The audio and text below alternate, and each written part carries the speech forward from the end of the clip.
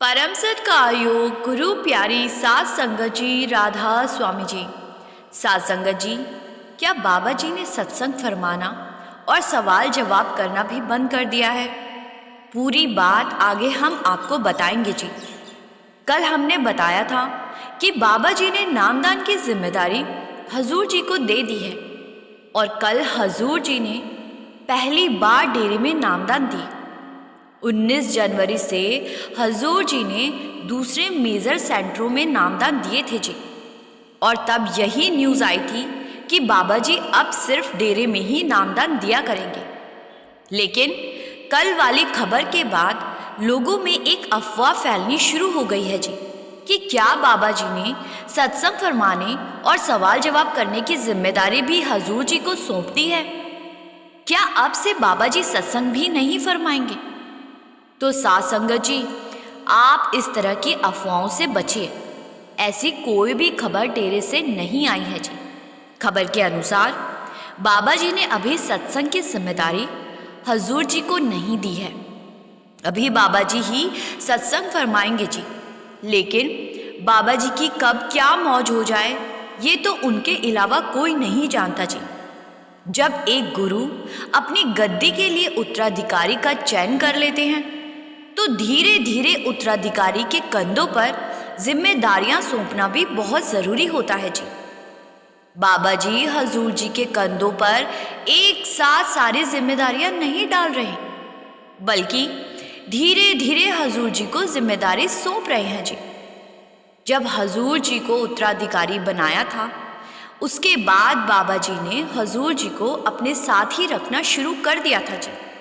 Stage पर 2 कुर्सियां लगाई जाने लगी और धीरे धीरे हजूर जी के कंधों पर दर्शन देने की जिम्मेदारी भी डालनी शुरू कर दी। मतलब डेरे में कभी कभी बाबा जी के हुक्म पर हजूर जी अकेले ही जत्थों को दर्शन देने जाते हैं। दर्शनों वाली जिम्मेदारी के बाद अब बाबा जी ने हजूर जी के कंधों पर नामदान देने की संपूर्ण जिम्मेदारी डाल दी है जी। लेकिन सत्संग और सवाल जवाब अभी बाबा जी ही फरमाएंगे जी। आने वाले समय में क्या होगा, बाबा जी की क्या मौज होगी, ये तो बाबा जी ही जानते हैं जी। संगत जी से विनती है कि अफवाहों पर ध्यान न दें। सात संगत जी, आइए अब अपने वीडियो में आगे बढ़ते हैं जी। सात संगत जी, जो लोग बाबा जी के शब्दों को आम गीत समझकर सुनते हैं उन्हें आज बाबा जी के शब्दों की ताकत के बारे में पता लगेगा जी। बाबा जी के शब्दों के सहारे को लेकर एक सत्संगी परिवार ने अपने आप को चुड़ैलों और बुरी आत्माओं से बचाया था जी। इस संसार में हर इंसान किसी ना किसी को मानता है और इंसान जिसको भी मानता है उसके गीत या शब्द सुबह सुबह अपने घर पर जरूर चलाता है जी। कोई शिव भगवान को मानता है तो कोई माता रानी को। अपने अपने हिसाब से घर में एक पॉजिटिव माहौल बनाने के लिए हर कोई शब्दों और गीतों को चलाता है जी। और हम सत्संगी अक्सर बाबा जी के शब्दों को सुनना पसंद करते हैं। सबको अपने अपने इष्ट पर विश्वास होता है। सात संगत जी, जब हम किसी मंदिर या गुरुद्वारे में जाते हैं तो वहाँ अक्सर भजन चल रहे होते हैं और वहाँ जाकर हमें भी उस पूरे एरिया में एक पॉजिटिव एनर्जी महसूस होती है जी। और अगर हम शब्दों या भजनों को अपने घर में चलाते हैं तो वहाँ भी एक पॉजिटिव ऊर्जा हमें महसूस होती है जी। सात संगत जी, आपके और मेरे जैसे ही एक सत्संगी परिवार जो कि हरियाणा के किसी शहर का रहने वाला है। इस परिवार में एक बुजुर्ग माता और इनका बेटा बहू और पोता पोती रहते हैं। पूरा परिवार सत्संगी है जी। और बेटा एक कंपनी में नौकरी करता है और नौकरी में साल में एक बार कंपनी की तरफ से 4 से 5 दिन की छुट्टी और ट्रैवल अलाउंस यानी कि घूमने का पैसा दिया जाता है।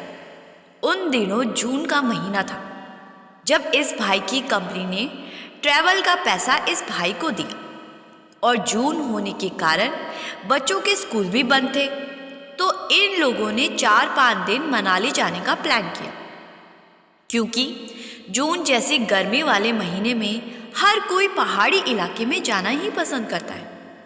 इस भाई की माता जी को घूमने फिरने का कोई ज़्यादा शौक नहीं था, तो उन्होंने मनाली जाने से मना कर दिया, क्योंकि उन्हें तो सिर्फ सत्संग घर जाना ही अच्छा लगता था। तो अपनी माता जी के समझाने पर ये भाई अपनी पत्नी और दोनों बच्चों को लेकर मनाली के लिए निकल पड़ा और ये लोग अपनी कार से मनाली की तरफ आगे बढ़ते जा रहे थे। सत्संगी होने के कारण कार में बाबा जी के शब्द चलाकर सुनते हुए जा रहे थे। बीच बीच में बच्चों के जिद पर शब्द हटाकर बच्चों की पसंद के गाने भी चला देते थे, लेकिन ज़्यादा टाइम शब्द ही चल रहे थे। जब मनाली लगभग 50 किलोमीटर दूर रह गया तो तब तक हल्का हल्का अंधेरा हो गया था जी, और जीपीएस सिस्टम ने सबसे जल्दी मनाली पहुंचाने वाले एक रूट पर इनको मुड़ने का इशारा किया। अब क्योंकि पहले ही अंधेरा हो चुका था, तो इस भाई ने जीपीएस के हिसाब से गाड़ी को उसी तरफ मोड़ लिया जी, जिससे कि जल्दी मनाली पहुंचा जा सके जी। जल्दी के चक्कर में जीपीएस ने जिस रास्ते पर गाड़ी को मोड़ा था वो रास्ता एकदम सुनसान था जी, और वहां ना तो कोई दुकान और ना कोई गांव था। चारों तरफ पहाड़ और वादियां थी। ये लोग थोड़ा घबरा तो रहे थे, लेकिन बाबा जी का विश्वास इनके साथ था, तो ये बस जीपीएस के हिसाब से आगे बढ़ते जा रहे थे। कुछ दूर और चलने के बाद लगभग पूरा अंधेरा हो गया। अब इनकी कार की लाइट की रोशनी से ही सामने की सड़क दिख रही थी जी, क्योंकि वहां किसी भी तरह की कोई स्ट्रीट लाइट नहीं लगी हुई थी जी। ये सब लोग आगे बढ़ते जा रहे थे, और तभी इस भाई की नजर सड़क के बीच में बैठे एक बच्चे पर पड़ी। बच्चे को देखकर इसने गाड़ी रोक दी और हॉर्न बजाने लगा। बच्चा जोर जोर से रो रहा था, तो इस भाई ने सोचा कि मुझे कार से बाहर जाकर देखना चाहिए, क्योंकि जब तक ये बच्चा बीच में से नहीं हटेगा तब तक गाड़ी को आगे ले जाना संभव नहीं होगा। जब ये भाई कार से बाहर निकलने लगा तो इसकी नजर साइड में बैठी एक औरत पर भी पड़ गई, और वो औरत दिखने में बहुत अजीब और डरावनी लग रही थी। वो औरत इस भाई की तरफ हाथ फैलाकर इशारा कर रही कि आप हमें अगले गांव तक छोड़ दो, मेरे बच्चे को चोट लगी और मेरा गांव यहां से कुछ ही दूरी पर है। इंसानियत के नाते इस भाई और इसकी पत्नी ने उन्हें अपनी गाड़ी में बिठाकर आगे ले जाने का फैसला किया। इस भाई ने कार के अंदर से ही इशारा किया कि आप अपने बच्चों को लेकर कार की पिछली सीट पर बैठ जाओ। इस बीच भाई की पत्नी ने अपने दोनों बच्चों को आगे अपनी गोद में ले लिया था। जैसे ही वो अजीब सी औरत अपने बच्चे को लेकर कार की तरफ बढ़ी और कार का दरवाजा खोला, तो उसके कानों में बाबा जी के शब्दों की आवाज पड़ने लगी। वो औरत जोर जोर से चिल्लाई और कहने लगी कि इस आवाज को बंद करो, मेरे बच्चे की तबीयत ठीक नहीं है। उस औरत के हाव भाव देखकर इस भाई की पत्नी को थोड़ा अजीब लगा, क्योंकि शब्दों की आवाज इतनी तेज नहीं थी कि किसी को परेशानी हो सके। पत्नी ने कहा कि आवाज बहुत धीमी है, इसीलिए आपके बच्चे को कोई परेशानी नहीं होगी। लेकिन वो अजीब दिखने वाली औरत बहस करने लगी और कहने लगी कि ये आवाज बहुत डरावनी है, आप इस आवाज को बंद कर दो। और इसी बीच औरत और उसका बच्चा जो जोर से रोने लगे थे, ये सब कुछ देखकर ये भाई और इसकी पत्नी घबरा गए और उन्हें वहां कुछ ठीक नहीं लगा। इस भाई की पत्नी ने इशारा किया कि आप गाड़ी को आगे बढ़ाओ, ये दोनों बुरी आत्माएं लग रही है। इसी बीच भाई ने गाड़ी आगे बढ़ा ली, और गाड़ी आगे बढ़ते ही वो औरत और उसका बच्चा इतनी तेजी से गाड़ी के पीछे दौड़ने लगे जितनी तेज गाड़ी की स्पीड थी। और ये किसी साधारण इंसान के बस की बात नहीं हो सकती। और उन दोनों के रोने की अजीब आवाज से इस भाई के बच्चे भी पूरी तरह से डर गए थे जी। इस भाई ने कार की स्पीड और तेज कर दी और कुछ दूरी के बाद इन्होंने देखा कि वो औरत और उसका बच्चा अब इनकी कार के पीछे नहीं थे। थोड़ी दूर चलने के बाद कुछ दुकानें दिखाई दी। ये भाई और इसकी पत्नी बच्चे सभी इतना ज्यादा डर गए थे कि इन्होंने उन दुकानों के पास जाकर कार को रोका और ये भाई नीचे उतरा और वहां से कुछ खाने पीने का सामान खरीदा। जिस दुकान से इस भाई ने सामान खरीदा था वो दुकानदार इस भाई के चेहरे की घबराहट देखकर पूछने लगा कि क्या बात, आप बहुत घबराए हुए लग रहे हो जी। तो इस भाई ने उस दुकानदार को सारी बात बताई। दुकानदार ने बताया कि आपने बिल्कुल गलत रास्ता पकड़ लिया था। शाम होने के बाद इस रास्ते से कोई नहीं जाता और अगर कोई गया भी है तो उसकी कार या तो खाई में मिली है या फिर एक्सीडेंट में टूटी हुई मिली है। लेकिन भगवान का शुक्र है जो आप सही सलामत वहां से आ गए। इस रास्ते पर एक औरत और उसके बच्चे की आत्मा घूमती है और यहाँ का पूरा इलाका ये बात जानता भी है। दुकानदार की बातों को सुनकर ये भाई और भी घबरा गया और वापस कार में जाकर अपनी पत्नी को सारी बात बताने लगा। पत्नी ने कहा कि बाबा जी के शब्दों की वजह से वो बुरी आत्मा हमारे करीब ना आ सकी। शब्दों की वजह से एक पॉजिटिव ऑरा बन जाता है और उस ऑरे में बुरी चीजें प्रवेश नहीं कर पाती। इसीलिए वो औरत बार बार शब्दों को बंद करने की बात कह रही थी, क्योंकि बुरी चीजें शब्द और भजन नहीं सुन सकती। फिर कुछ देर के बाद ये पूरा परिवार मनाली पहुंच गए जी और वहां 4 दिन घूमने के बाद वापस अपने घर लौट आए और उस सड़क पर हुए इस वाक्य को बुरा सपना समझकर भूल गए जी। साध संगत जी, जरूरी नहीं कि प्रत्यक्ष रूप से गुरु हमारे साथ हो तो ही हमारी संभाल होती है। गुरु के शब्दों में, भजन सिमरन में, गुरु की तस्वीर में, गुरु के प्रसाद में इतनी ताकत होती है कि गुरु इन सब के रूप में हमारे साथ हमेशा रहते हैं जी। साध संगत जी, अभी आप सब वीडियो में बने रहिए जी। अब आपको बाबा जी पर अटूट विश्वास की महिमा की एक ऐसी घटना बताने जा रही हूँ जी जो आपकी आंखों को नम कर देगी। आप सोच में पड़ जाओगे कि इतना विश्वास कोई कैसे कर सकता है। आपसे विनती है कि इस घटना को बीच में छोड़ के मत जाना चाहिए। विदेश में रहने वाला एक हिंदुस्तानी डॉक्टर एक बार किसी बड़ी मीटिंग के सिलसिले में विदेश से इंडिया आ रहा था। इस बड़ी मीटिंग में इस डॉक्टर को एक अवार्ड दिया जाना था और इसीलिए ये इस अवार्ड को पाने के लिए बहुत खुश और उत्सुक हो रहा था। जब ये डॉक्टर इंडिया के दिल्ली इंटरनेशनल एयरपोर्ट पर पहुंचा तो उस समय रात हो चुकी थी जी और बहुत तेज बारिश चल रही थी। डॉक्टर एयरपोर्ट से बाहर निकला और जहां पर वो मीटिंग होनी थी वो शहर दिल्ली से 150 किलोमीटर दूर था जी। रात के 11 बज चुके थे और सुबह 9 बजे मीटिंग स्टार्ट होनी थी। डॉक्टर ने सोचा कि अब अगर दिल्ली में किसी होटल में रुके तो सुबह 9 बजे तक मीटिंग में नहीं पहुंच पाऊंगा।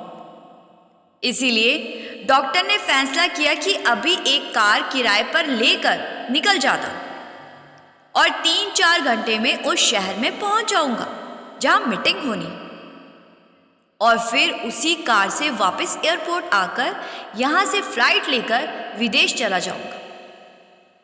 डॉक्टर ने वहां से एक कार किराए पर ली और कार चलाने के लिए एक ड्राइवर की तलाश करने लगा। लेकिन बहुत देर ढूंढने के बाद भी कोई ड्राइवर नहीं मिला तो डॉक्टर ने सोचा कि मैं खुद ही कार चलाकर चला जाता हूं। मौसम खराब था लेकिन डॉक्टर ने, क्योंकि सुबह 9 बजे मीटिंग में जाना था, तो उसी टाइम खुद ही कार चलाकर चलने लगा। बीच रास्ते में मौसम बहुत खराब हो गया जी, और गलती से डॉक्टर ने कार को एक गांव की तरफ मोड़ ली, और उस गांव में पहुंचने के बाद डॉक्टर की कार खराब हो गई। ये देखकर डॉक्टर बहुत परेशान हो गया। डॉक्टर कार से बाहर निकला तो बारिश से उसके कपड़े भीगने लगे। डॉक्टर को समझ ही नहीं आ रहा था कि अब क्या किया जाए। इधर उधर नजर घुमाई तो देखा कि गांव में सब लोग अपने अपने घरों में सो रहे थे, लेकिन एक घर जो कि कार के एकदम सामने था, उसकी लाइट जल रही थी। डॉक्टर को वहां से आसपास की किरण दिखाई दे रही थी और उस घर के पास पहुंचकर दरवाजे को खड़खड़ाया। अंदर से एक बूढ़ी अम्मा बाहर आई। अम्मा ने पूछा कि किससे मिलना है आपको? तो डॉक्टर ने अपनी दिक्कत के बारे में बताया। अम्मा ने कहा कि मैं आपकी कार तो ठीक नहीं कर सकती, लेकिन इतनी बारिश और ठंडे मौसम में आपके लिए चाय बना सकती हूँ। सुबह आपको गांव में कोई ना कोई मैकेनिक मिल जाएगा, तब तक आप चाहे तो यहाँ आराम कर सकते हो। डॉक्टर के पास दूसरा कोई चारा नहीं था जी, तो वो अम्मा के घर के अंदर आ गया और अम्मा ने डॉक्टर के लिए चाय बनाई और उसको एक तौलिया दिया, और अम्मा अपने भजन सिमरन पर बैठ गई थी। जब 2 घंटे के बाद अम्मा भजन सिमरन से उठी तो सामने लगी बाबा जी की फोटो को देखकर डॉक्टर पूछने लगा कि ये कौन है? अम्मा ने बताया कि ये हमारे सद्गुरु हैं। डॉक्टर ने कहा कि आपने इनसे क्या मांगा? अभी अम्मा जवाब देने ही लगी थी कि इसी बीच अंदर से एक बच्चे की खांसने की आवाजें आने लगी। डॉक्टर ने उस ओर देखा तो अम्मा ने बताया कि वो उसका पोता है। फिर डॉक्टर ने बाबा जी के बारे में दोबारा पूछा और कहा कि क्या आप इन सब बातों में मानती हो? आपको क्या लगता है, आपके बाबा जी आपकी अरदास को सुनते होंगे? अम्मा ने कहा कि बिल्कुल सुनते हैं, क्यों नहीं सुनते? डॉक्टर ने कहा कि लेकिन मैं इन सब बातों को नहीं मानता, ये सब पाखंड होते हैं, साइंस से बढ़कर कुछ नहीं होता। अम्मा कहने लगी कि जैसे आपको साइंस पर विश्वास है, वैसे मुझे बाबा जी पर विश्वास है। डॉक्टर और अम्मा में इस बात को लेकर बहस हो गई कि साइंस बड़ी है या गुरु। इसी बीच अम्मा का पोता फिर से जोर जोर से खांसने लगा। डॉक्टर ने पूछा कि आपने इसको दवाई क्यों नहीं दिलवाई? अम्मा कहने लगी कि इसको कैंसर है और मुझे बाबा जी पर विश्वास है, वो एक ना एक दिन किसी को यहाँ भेजेंगे जो इसका इलाज कर सके, क्योंकि मेरे पास इसके इलाज के लिए पैसे नहीं हैं। जब डॉक्टर ने अम्मा के मुंह से इतनी बड़ी बात सुनी तो डॉक्टर के दिमाग में पिछले 4-5 घंटे में जो हुआ वो सब घूमने लगा। डॉक्टर सोचने लगा कि मेरा विदेश से यहाँ आना, फिर एयरपोर्ट के बाहर ड्राइवर ना मिलना और मेरी गाड़ी का ठीक ना होना, इस अम्मा के घर के आगे मेरी गाड़ी का खराब हो जाना, ये सब कुछ इत्तेफाक नहीं हो सकता। डॉक्टर की आंखें नम हो गई। उसने अम्मा को कहा कि माँ जी, आपके बाबा जी ने तो आपकी सुन ली और आप बहस जीत गई। साइंस से बहुत महान होते हैं गुरु। फिर डॉक्टर ने अपना परिचय दिया। डॉक्टर ने कहा कि मैं एक डॉक्टर हूँ और मुझे एयरपोर्ट से आपके घर तक शायद आपके गुरु ही लेकर आए। मैं जाना तो कहीं और चाहता था, लेकिन बैठा कहाँ हूँ? अगर साइंस सच में बड़ी होती तो इस समय उस जगह पर होता जहाँ मीटिंग होनी थी, लेकिन आपके गुरु ने ऐसा खेल रचा कि मुझे आप तक पहुंचा ही दिया। डॉक्टर ने आगे बताया कि आप चिंता ना करो, मैं आपके पोते का फ्री में इलाज करूं और इसके इलाज के बाद ही मैं वापस विदेश लौटूंगा। डॉक्टर की बातों को सुनकर अम्मा की आंखों से विश्वास के आंसू छलक गए जी। अम्मा बाबा जी की फोटो की तरफ देखकर रोने लगी। डॉक्टर भी बहुत हैरान हो रहा था और सोच रहा था कि विश्वास में कितनी ताकत होती है। ना मेरी इस अम्मा और इसके पोते से कोई जान पहचान, और ना मैंने इस गांव में कभी जाना था। लेकिन फिर भी अम्मा के विश्वास के कारण मैं ना चाहते हुए भी यहां तक पहुंच गया। इसके बाद डॉक्टर ने अम्मा के पोते का इलाज किया, और इलाज हो जाने के बाद डॉक्टर वापस अपने देश लौट गया। साध संगत जी, अम्मा को विश्वास था कि बाबा जी उसके पोते का इलाज जरूर करवाएंगे, और बाबा जी ने देखो कैसे एक डॉक्टर को जरिया बनाकर अम्मा तक पहुंचाया जी। कहते हैं जो संतों पर अटूट विश्वास करते हैं और जिसका विश्वास किसी भी परिस्थिति में डोलता नहीं है जी, फिर संतों को उस विश्वास की संभाल करने आना ही पड़ता है जी। क्योंकि संत जानते हैं कि अगर मैं ना गया तो फिर ये कभी किसी संत महात्मा पर विश्वास नहीं करेंगे। साध संगत जी, इसीलिए समझाया जाता है जहाँ विश्वास होता है वहाँ सद्गुरु किसी चीज की भी कमी नहीं होने देते। इसी के साथ वीडियो को यहाँ विराम देते हैं जी। संगत जी से विनती है कि वीडियो को लाइक करके कमेंट में राधा स्वामी लिखना मत भूलिए जी, और संगत के अपने इस चैनल को सब्सक्राइब कर इस चैनल का एक हिस्सा जरूर बनिए जी। गुरु प्यारी साध संगत जी, राधा स्वामी जी।